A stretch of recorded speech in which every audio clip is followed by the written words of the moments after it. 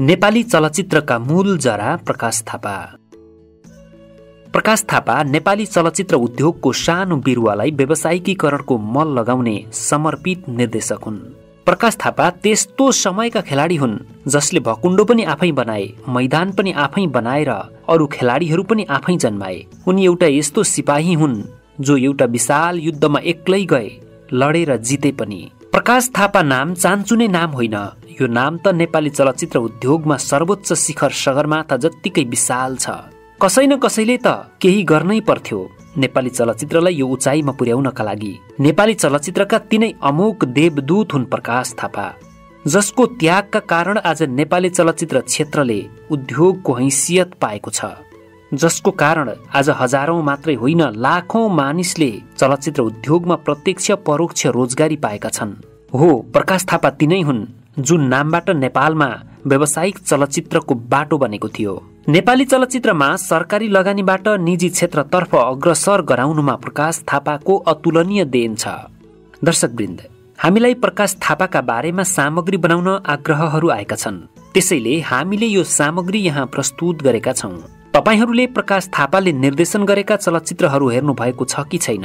हेर्नु भएको छ भने कुन कुन चलचित्र हेर्नु भएको छ र तीमध्ये तपाईहरूलाई सबैभन्दा मन परेको चलचित्र कुन हो? तल कमेन्टमा अनिवार्य लेखिदिनुहोला।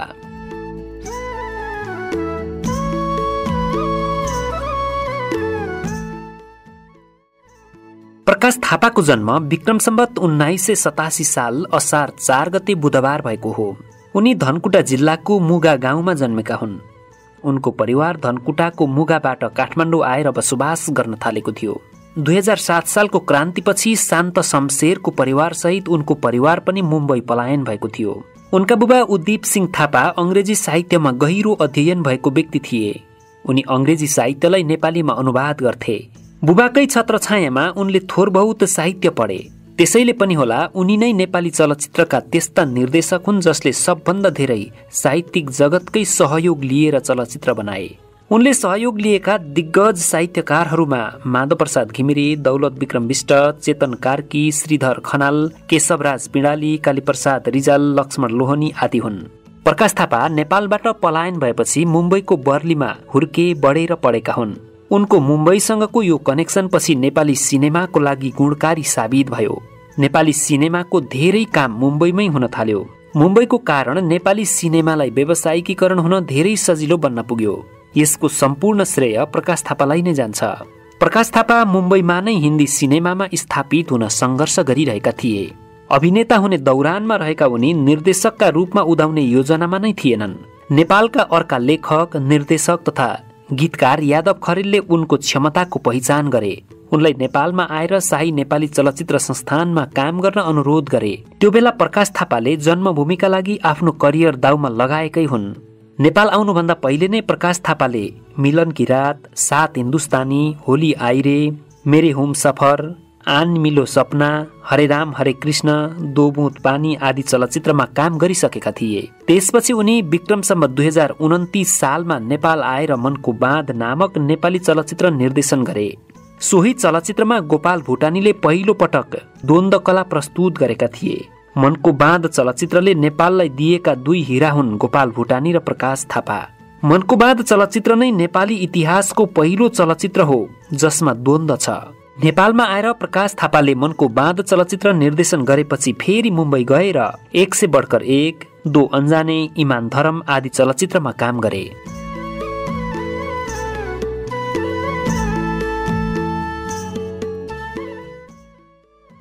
हुन त प्रकाश थापा मुम्बईको चलचित्रको दुनियाँमा अभिनय गरेर आएका पहिलो नेपाली अभिनेता भने होइनन्। उनी नेपाली चलचित्रका पहिलो निर्देशक पनि होइनन् र उनी नेपाली चलचित्र बनाएर विश्व सिने उद्योगमा नाम दर्ता गराउन सफल चलचित्र कर्मी पनि होइनन्। तर प्रकाश थापा नेपाली चलचित्रलाई व्यावसायिक लिगमा ल्याउने एक प्रतिबद्ध चलचित्र कर्मी हुन्। उनी सिनेमा बनाउन भारतको मुम्बईबाट नेपाल आउँदा यहाँ सिनेमा बनाउँदै गरेका 1-2 जना व्यक्ति थिए जो थाकिसकेका थिए, गलिसकेका थिए। सिनेमा निर्माणका निम्ति निजी व्यवसायी र उद्योगीहरू लगानी गर्न तत्पर थिएनन्। लगानी उठाउने सम्भावनाको बाटो पनि थिएन सायद। समाजमा इज्जत र आदर्शका कुरा बिल्कुलै थिएनन्। जब प्रकाश थापाले सेतो सर्ट, सेतो प्यान्ट लगाएर ऊंचो कदमा एक्सन कट भन्न उभिए, क्रिकेटको क्रिजमा सचिन तेन्दुलकर उभिएपछि खेलाडीहरूको बढेको मनोबल र दर्शकहरूको आकर्षण जस्तै भयो नेपाली सिनेमा पनि। उनले एक्सन कट भन्दा यहाँ एक्सन कट भन्ने कुनै जमात बनिसकेको थिएन।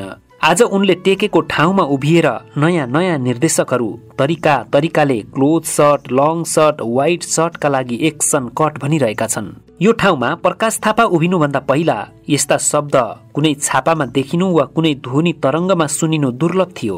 उनले यसको बानी लगाइदिए 2029 सालदेखि। त्यसैले प्रकाश थापा नेपाली चलचित्रको पहिलो प्रकाश हुन्। प्रकाश थापाको जीवनमा दुई असहज बाटाहरू त्यही बेला सुरु भए जब उनले पहिलो चलचित्र मनको बाँधको कमान्डिङको जिम्मेवारी सम्हाले। अर्ध सरकारी स्वामित्वको शाही नेपाल चलचित्र संस्थानबाट मनको बाँध बनाउँदा त्यहाँ दरबार प्रत्यक्ष सक्रिय थियो भने संस्थानको बोर्डमा साहित्यकार बालकृष्ण सम, माधव घिमिरे जस्ता दिग्गज स्रष्टाहरू सञ्चालक समितिमा थिए। नेपाली साहित्यसँग कुनै पनि सम्बन्ध स्थापित नभएका मुम्बईमा हुर्किएका प्रकाश थापालाई असफल बनाउन संस्थानकै प्राविधिक कर्मचारीहरू सक्रिय थिए। उनलाई त्यो बेला नेपाली चलचित्रका लागि केही गर्न आएको भनेर बुझ्नु भन्दा पनि यो बाहिरिया हो भन्ने मनोविज्ञानले हेरियो। तिनीहरूकै कारण चलचित्र एक हिसाबले असफल भयो। मनको बाँध चलचित्रले ल्याएको छालले उनको मनको पनि बाँध भत्कायो। उनी ठूलो दोधारमा फसे। आफ्नो गुरुदेश भारत फर्किने अथवा आफ्नो मातृदेश नेपालमै बसेर फिल्मी सम्भावना खोज्ने। उनले जन्म देश रोजेर आफ्नै लगानीमा मेरो देश नामक चलचित्र बनाउने घोषणा गरे। तर दुर्भाग्य उनले विभिन्न कारणले यो चलचित्र बनाउन सकेनन्। उनी एक हिसाबले दिक्क भए। उनी मुम्बई हानिएर 3-4 वटा हिन्दी चलचित्रमा काम गरे।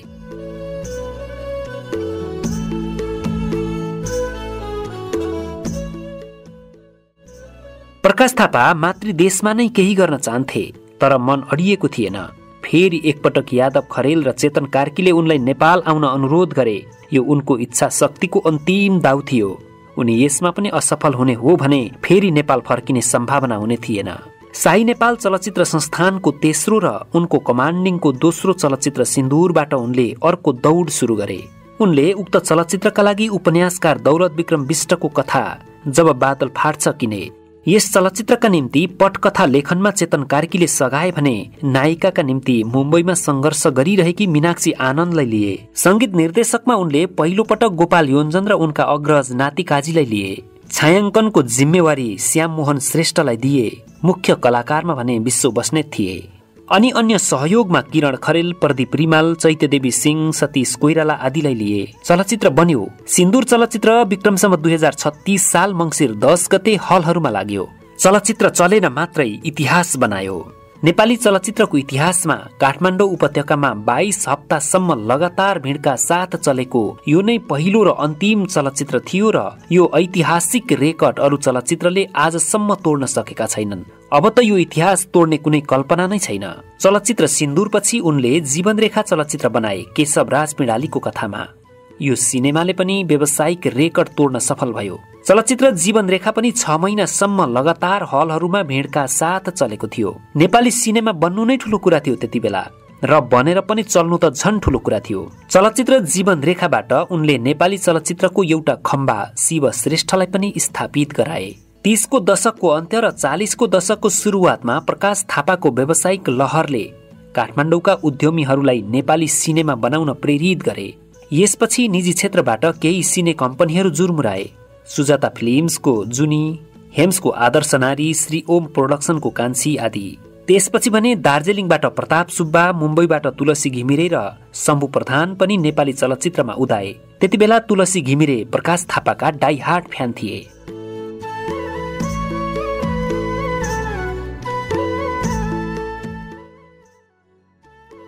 प्रकाश थापाका दुई चलचित्रहरू सिन्दूर र जीवनरेखाको सफलता भने उनका निम्ति पनि चुनौतीपूर्ण भयो। एकातिर उनले आफ्नै पुराना सफलतासँग प्रतिस्पर्धा गर्नु त छँदै थियो, अर्कातिर उनी भन्दा जान्ने निर्देशकहरू पनि मैदानमा आउन थालिसकेका थिए। उनले यही समयमा निजी उत्पादनबाट सन्तान नामक चलचित्र बनाए।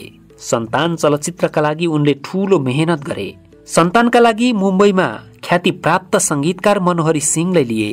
यही चलचित्र मार्फत उनले नेपाली चलचित्रको पर्दामा दुई नयाँ नायिकाहरू करिश्मा केसी र गौरी मल्ललाई पदार्पण गराए भने यही चलचित्र मार्फत नायकका रूपमा अर्जुन जङ शाहीलाई पनि परिचय गराए। उनले निर्देशन गरेको चौथो तर निजी क्षेत्रबाट बनेको उनको पहिलो चलचित्र सन्तानको पहिलो प्रदर्शनी उनले मुम्बईमै गराएका थिए। यस प्रदर्शनीमा अभिनेता डेनी डेन्जोङपा, निर्देशक उगेन, गायक उदित नारायण झा, गायिका दीपा गहतराज आदि सहभागी भएका थिए। यो प्रदर्शनीपछि प्रकाश थापाले गर्व गर्दै भनेका थिए, नेपाली सिनेमा यहाँसम्म आइपुग्ला भनेर मैले कल्पनै गरेको थिइनँ, तर नेपाली सिनेमा यहाँसम्म नआइपुगेको भए म पनि मुम्बईको भिडमै हराइसक्थेँ। प्रकाश थापाको यो गम्भीर शब्द सुनेपछि बाटोमा फर्किँदै गर्दा गायिका दीपा गहतराजले प्रकाश थापा नेपाली सिनेमाका एक मात्र ड्यासिङ डाइरेक्टर हुन्, उनको मुकाबिलामा अरू कोही पनि छैनन्, ही इज अलवेज टल भनेकी थिइन्। यो कुरा भने चलचित्रको प्रदर्शनीमा सँगै बसेका नेपाली चलचित्रका लेखक, निर्देशक तथा समालोचक प्रकाश सायमीले आफ्नो संस्मरणमा उल्लेख गरेका छन्।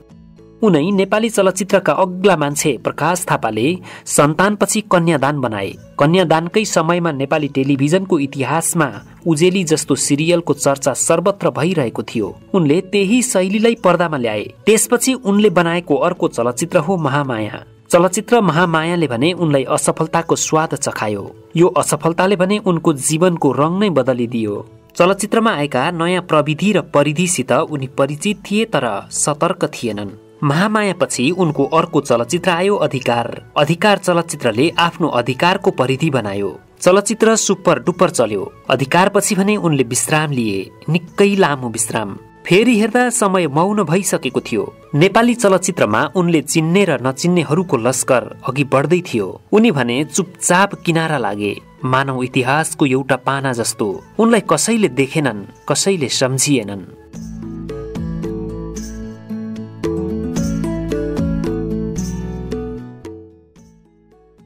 6-7 वर्षको अन्तरालपछि उनलाई पुनः निर्माता भगवान दास श्रेष्ठले नाता रगतकोबाट पुनरागमन गराए। सन्तानका निर्माता भगवान दासको पनि यो 12 वर्षपछिको कमब्याक थियो। विक्रम सम्वत 2056 सालको चलचित्र महोत्सवमा यही चलचित्रबाट प्रकाश थापाले सर्वोत्कृष्ट निर्देशकको पुरस्कार पाए। यो पुरस्कारपछि उनले नेपाली चलचित्र वृत्तमा बुढो बाघको उपाधि प्राप्त गरे। उनले पुरस्कार जित्दा सबै आशावादी थिए, अब उनको आगमन जोरदार हुनेछ। तर उनको उमेरले भने आराम खोज्ने बेला भइसकेको थियो। सिनेमाको इतिहासमा यस्तो घटना बिरलै हुन्छ। अवकाश लिएको खेलाडीले वर्षौंपछि मैदानमा उत्रिएर पहिलो प्रहारमै गोल गरे जस्तो। उनी तिनै प्रकाश थापा थिए जो थाकेका धेरै र हारेका कम, सुनिएका धेरै र देखिएका कम। यी नेपाली चलचित्रका बाघ निर्देशक मूल जरा प्रकाश थापाको विक्रम सम्वत 2061 साल जेठ 13 गते 73 वर्षको उमेरमा निधन भयो। उनको निधन भएको 1.5 दशक नागिसकेको छ। धेरै कुरा बदलिसकेका छन्, पर्दा, समय र मान्छे। तर हरेक वर्षको तीजभरि उनको चलचित्रको एउटै गीत तीजको लहर आयो बरिलैमा नेपाली चेलीहरू नाच्छन्, झुम्छन्। कन्यादानको यो गीत प्रकाश थापाले चेतन कार्कीलाई नलेखाएको भए र मनोहरी सिंहलाई संगीत नगराएको भए हाम्रा चेलीहरूको तीज यति फुर्तिलो र यति रसिलो हुने थिएन, यति रमाइलो हुने थिएन। गीत संगीत, सिनेमा, साहित्यका कारण नेपाली समाजमा यति ठूलो परिधि निर्माण गर्ने बाघ निर्देशक प्रकाश थापालाई नेपाली चलचित्र उद्योगले चटक्कै बिर्सिनु दुर्भाग्य हो। उनी नेपाली चलचित्र उद्योगका मूल जरा हुन् भन्ने कुरा त झन् बिर्सिनु नै हुँदैन थियो। तर दुर्भाग्य चलचित्र कर्मीहरूले बिर्सिरहेका छन्। अखबार र अनलाइनहरू पनि भाइरलको पछि मात्रै नलागेर यस्ता दिग्गज र योगदान गरेर रित्तो भएका महान हस्तीहरूको खोज सम्मानमा लागुन्। बाघ निर्देशक प्रकाश थापाको आत्मालाई चिर शान्ति मिलोस्। भावपूर्ण श्रद्धाञ्जली।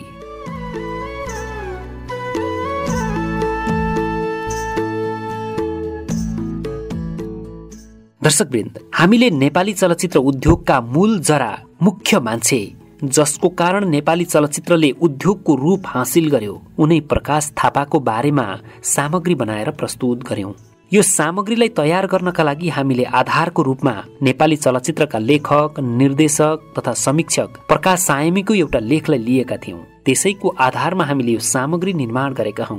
यो सामग्री हेरिसकेपछि तपाईहरूलाई कस्तो लाग्यो? तपाईहरूले प्रकाश थापाले निर्देशन गरेका कुन कुन चलचित्रहरू हेर्नु भएको छ र ती मध्ये सबैभन्दा मन परेको चलचित्र कुन हो? तल कमेन्ट बक्समा अनिवार्य लेखिदिनु हुन विनम्र अनुरोध गर्दछौं। तपाईहरूलाई हामीले बनाउने गरेका सामग्रीहरू कस्तो लाग्छ? राम्रो लाग्छ भने लाइक, कमेन्ट र शेयर पनि गरिदिनु होला। हाम्रो च्यानललाई सब्स्क्राइब गरेर छेउमा रहेको बेल आइकन पनि बजाइदिनु होला, जसले गर्दा हामीले कुनै पनि भिडियो अपलोड गर्ने बित्तिकै त्यसको सूचना तपाईसम्म आइपुग्छ र सबैभन्दा पहिला तपाईले हेर्न पाउनुहुनेछ। यो सामग्रीलाई अन्तिमसम्म हेरिदिनु भएकोमा तपाईँहरूलाई धेरै धेरै धन्यवाद। हवस् त, नमस्कार।